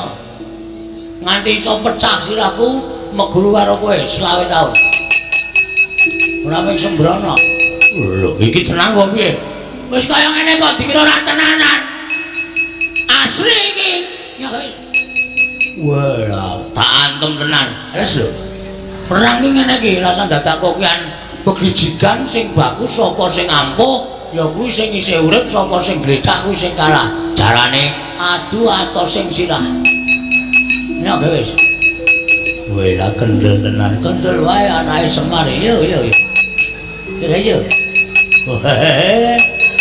nek pecah piye mengko tambale rasa kuwate ya wis gon buri piye ya gon dodamanya iki cak kendeli ngene iki ora kok mung halo babu tak angel pisan modar malah kewirangan ta kowe ayo rasa kok kan jogetnya we ngene iki lho kendel-kendel kon buri ya oh kowe ra wani ngene iki sing ngomong sapa aku cak kendel ya wadake nya ayo buri kok piye nya ayo lu kok men gelis piye aku cepet aku tau suwe-suwe aku kaya ngene lho nya lho dimantke tenan nggih ngantep Mburi kok piye nyo? Kuwi tegese sak kendel tenan. Lah aku ya wani nyo ya.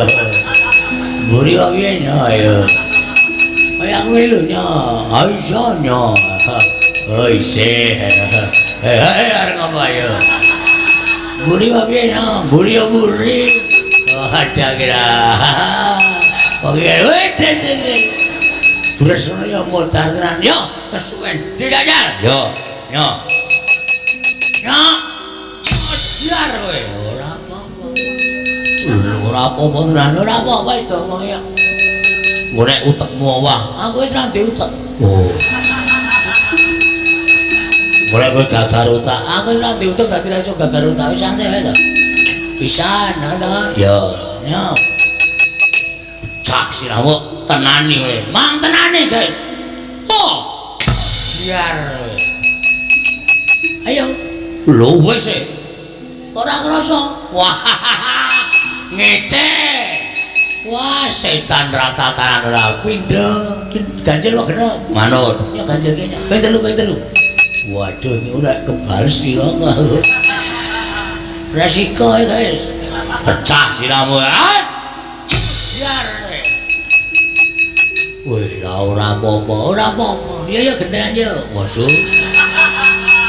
Mau perjanjian ora gentenan. Cara ngendi perang ora gentenan. Atene seneng kowe buat.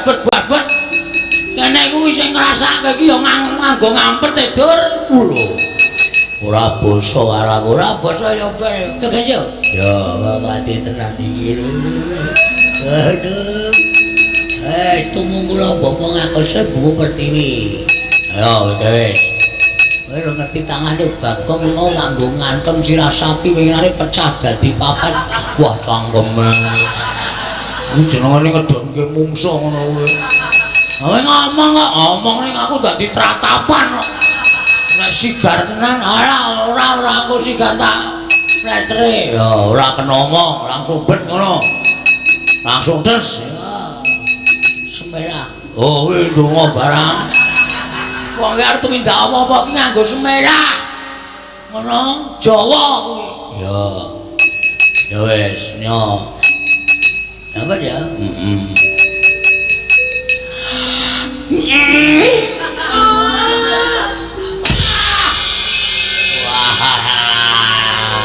Ora apa-apa. Rame. Iso setengah loro iki ora apa-apa. Padha-padha ambuhe. Aku ping 3 mau. Ora pisan e. Oh iya. Kene ora dijeneng. Iki Pangeran Pati dijeneng. Oh iya lali. Oh. Siap.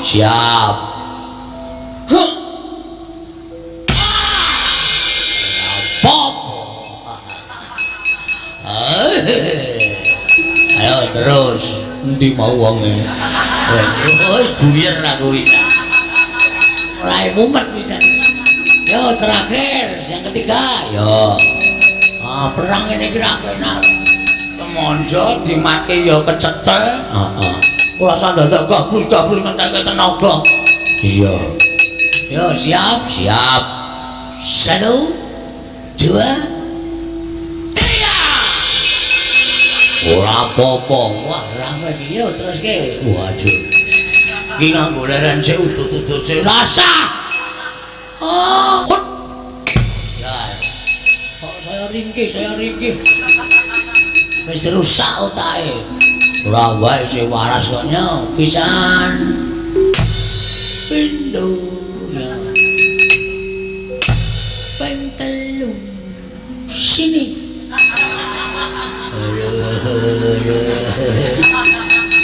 Wah, jauh tak antuk kok ora ngrasake blas kok, Gong. Wayang ora muni lara cangkeme ya ora lara. Hop.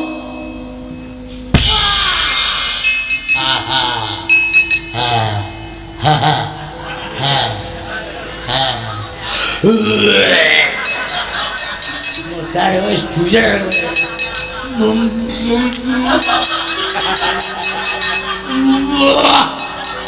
Nek ora apa-apa aku, ora apa-apa ngene. Ora ya. Ayo, madhep rono. ngesoki aku kok. Ora sida kok. Tolak meneh. Ya, oi. Terakhir. Ya. Siap, saya udah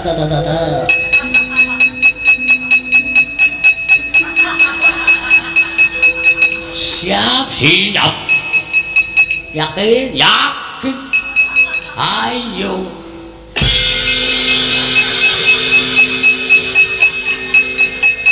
Nampung nyawamu. Sileke palu aspal.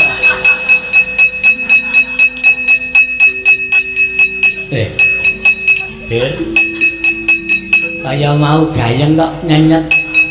Kok ngerekar. Wajake kalah. Sis. Matane ora. Boleh. Lek dengkulmu mlocot kuwi. Ngapunten kula kinten Bagong.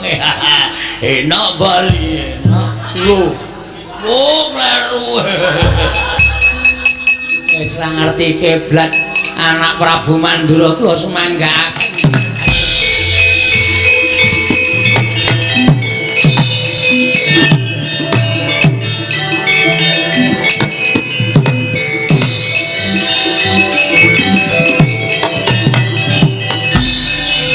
Maning jajalan sekurtane baune iblis ana.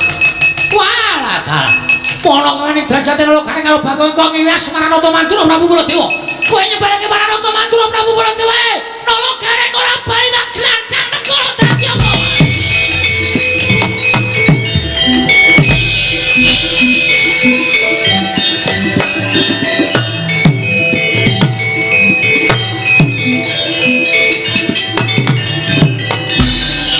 Aja babasan ana ndi rek. Mulih Kong. Saiki nek ora mulih ade mudar tenan. Iki ade nek ora mulih mudar tenan. Ngopo? Ngopo mulih? Sing maju ra Kurawa. Sing maju sapa? Sing maju Baladewa. Sing kiper. Iki ora bal-balan ya nyuk. Iki perang kok sing kiper. Iki Prabu Baladewa maju nggawa nenggala. Panos main jalan sultane bae blenan.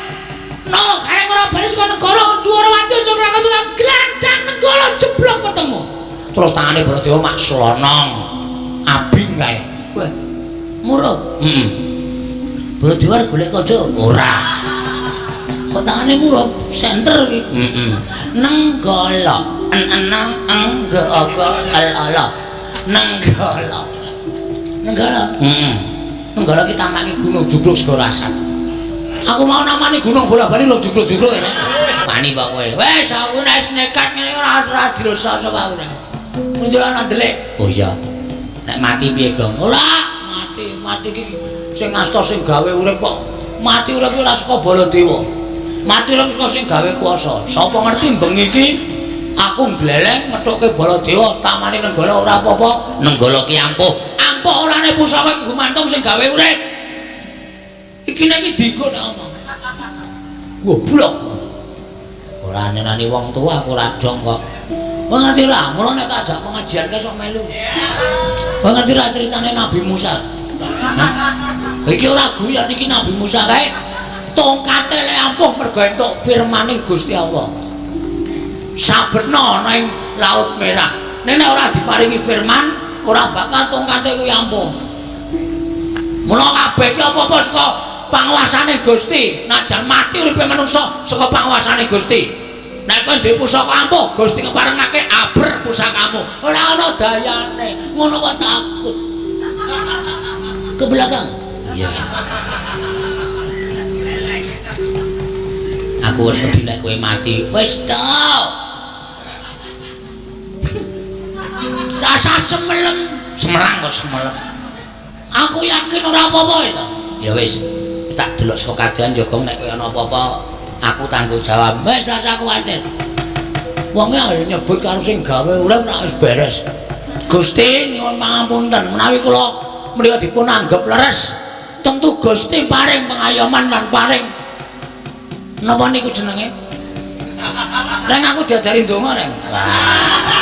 Wong nek ora tau donga kok gayane donga paring ana pengayoman lan supados sak mangke kula saged menang anggenipun perang. Lan supados mangke kula saged menang anggenipun perang. Ngaten Gusti, dapalke. Nggih. Paring ana pengayoman Gusti, mugi-mugi kula saged unggul anggenipun perang lan saged damel wirang Prabu Baladewa. Mandi ucaping kula Bagong ical wujuding Bagong ana Baladewa.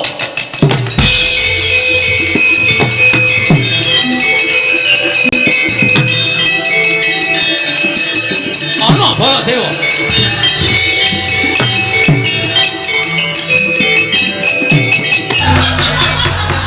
Iki kok awakku mulur iki ngapa saiki? Deng. Ngapa?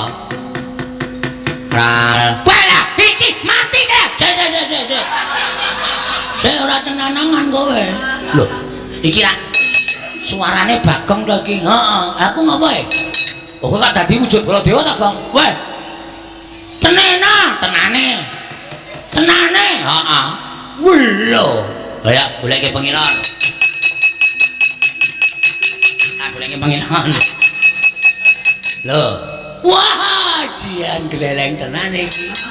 Aku iso dadi kaya ngene ngapa to, Reng? Ampuh aku ora ngerti. Aku mau ki jare ndonga. Aku muni Gusti paring ana pengayoman kalian kula.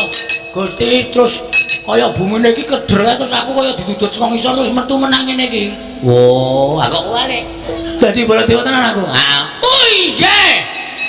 Jagat Dewa Bathara ya jagat Pangestu-Nggara. Nolo gareng. Ayo to Reng wangsulan to. Iya, Jang. Wonten dawuh sinuwun Prabu. Ngaturi sembah Prabu. Non, ngatur sembah.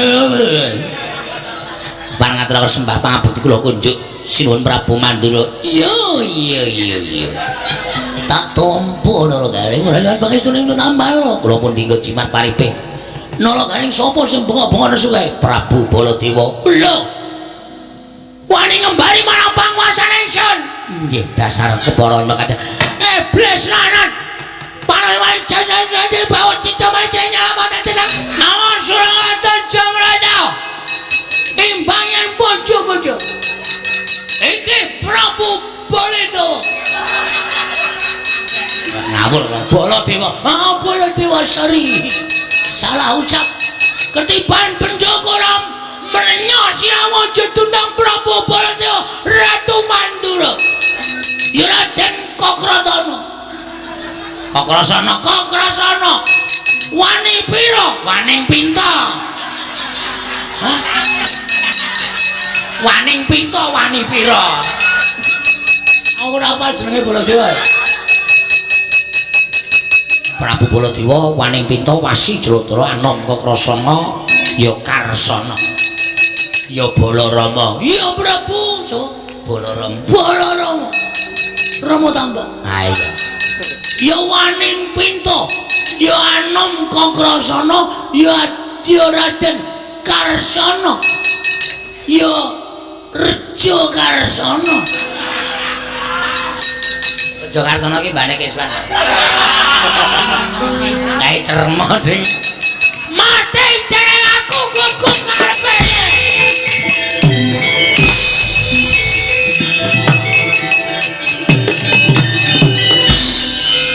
ora cenanangan tak pujek-pujek modal ana kakane kok disamplak sirahe sapenae dhewe ngati-ati lho wer ngati-ati yo kudune kaya Kyai Nenggala iki tamake gunung Jugruk Sekolasat iki benda tau nggo nyolong degan ping 5 ora kondangan walah setan apa wah gugu karepe dhewe matek dening aku lakon neng UGD ya, gue penimbangan beras. Kayak KUD. Kayak kleru. Ngawur. KUD kok kayak posyandu. Posyandu apa? Itu malah rembukan kesehatan toh ini. Mati jeneng aku, mati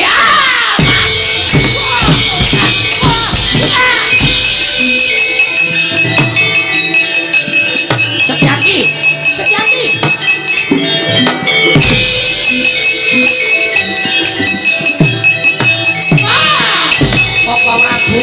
Prabu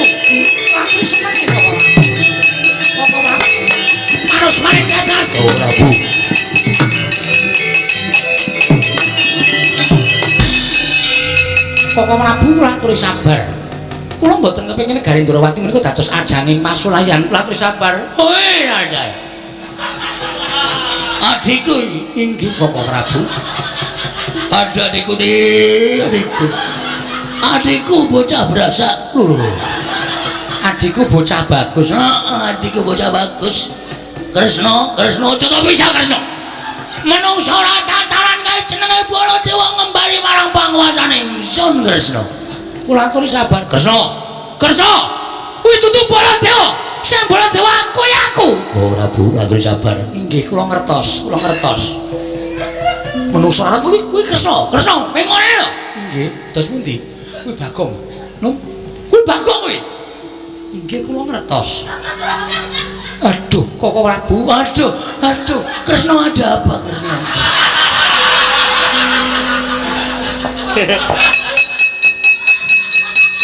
Koko Prabu lenggah prayogi kok yo. Pokoke malah do rangkulan kaya wong gugu karepe dhewe. Kula aturi sabar. Koko Prabu lenggah nglangkung prayogi. Koko Prabu lenggah. Yo.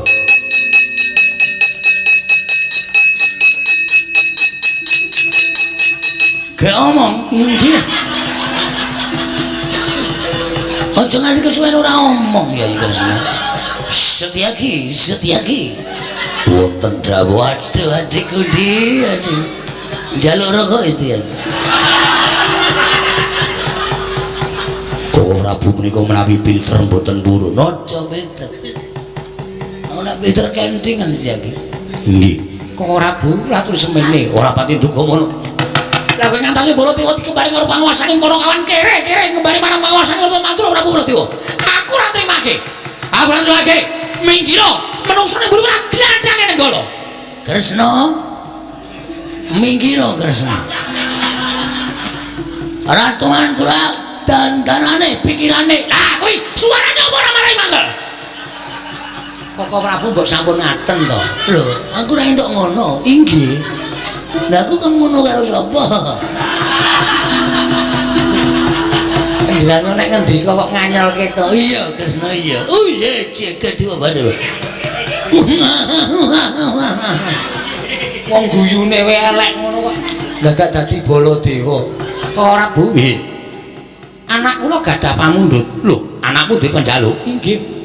Purantawati saged dipun dhawuh sinten kemawon? Waton temanten lanang saged nyaosaken utawi ngunduraken pusaka senjata cakra. Senjata cakra ilang.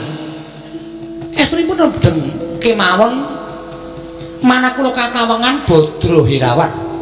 Kowe lha apa, Kresna? Kata-katamu kok angel dicerna.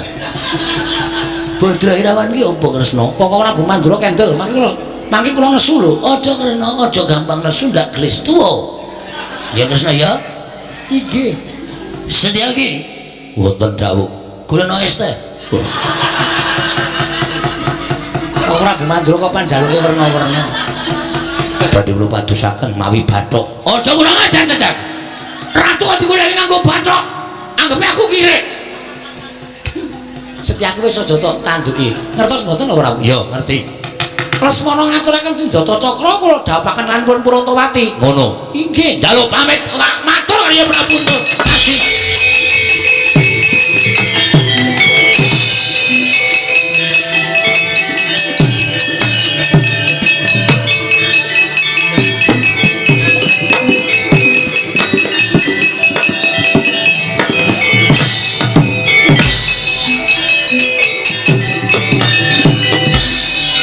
Ya ora kurang ajar kuwi. Mengaruh kok sikile diucaki kan. Sri Baladewa narepati. Ya arep ngopo meneh? Tuwe narek swara Kresna. Kalangkung tresnani marang Adiabanon Cinawi. Kaya Pak Gina.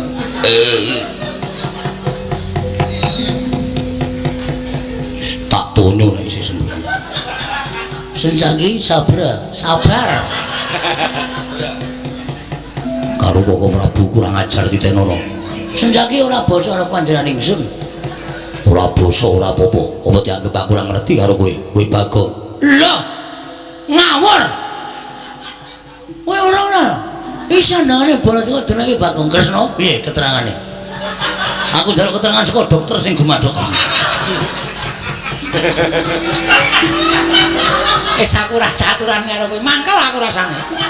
Kresna kok dijaluki keterangan dokter iki anggapmu Kresna iki masukane apa piye? Maksudku keterangan saka anakmu sing jeneng Purwanggan, Purantawati. Purantawati Kresna. Kowe tak kandhani ya. Heeh, piye bener? Piye kadang Kyai? Anakku Purantawati njaluk apa? Njaluk dijabi. Wus. Njaluk apa Kresna? Ngendika sing cetha.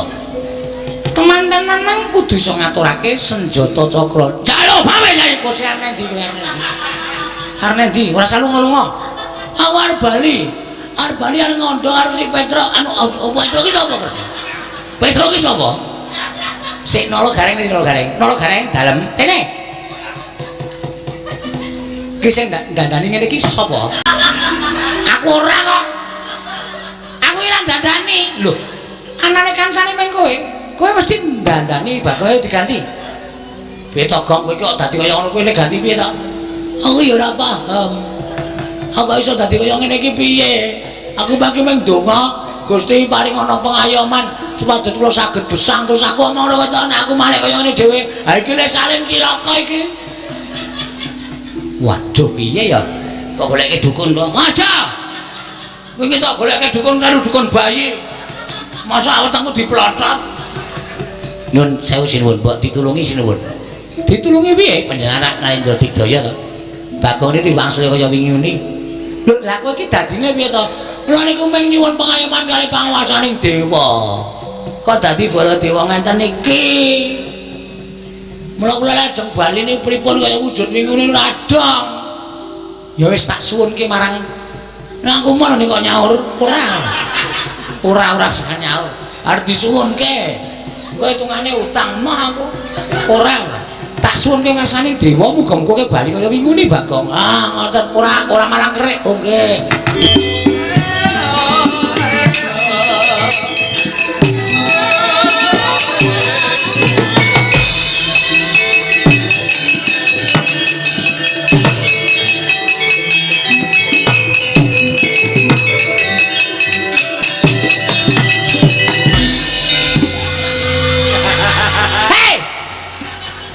Ora sembrono Den. Rang. Aku piye iki Rang? Kok dadi malah anyep kok. Iki sembrono wis ben kapok. Wis ben aku sengit kok. Iki mau gawe dolanan kadangku tuwa saiki kapokmu kapan? Wis kono gojakan bali kono. Duncalke ning pawuan kono dibuang. Aku piye Rang iki Rang? Kowe dadi teko ngono kok. Wah Kresna tak curi tenan kowe. Aja. Baleke. Menungsa padake teko bali yo ngene tak cekelik. Wis. Lah iki metu-metu ora sakarep.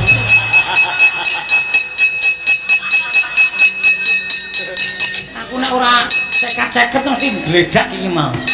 Apa kowe wae kurang ajar wong tuwa. Petro kon ngaturke Njata Cakra. Senjata Cakra, Senjata Cakra. Kon ngaturke tekan kene. Siap. Nek Petrus ngaturke Senjata Cakra, Petrus dadi mantuku. Oke. Ra, yo. Ya mulai yo. Ayo. Petro kon ngaturke Lemarto, Senjata Cakra. Senjata Cakra Lemarto. Nolo gareng wis bukan nolo gareng. Nolo gareng sing bukan nolo gareng wae. Ya wis. Kresnane emosinan. Petro kon ngaturke Senjata Cakra. Nggih, bari yo ngestaken. Nyuwun pamit ya.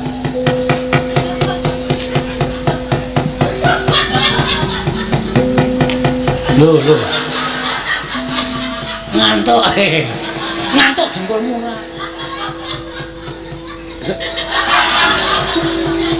Ponokawan kok macem-macem. Baripun kados pundi? Setyaki ditunggu eneng kene wae.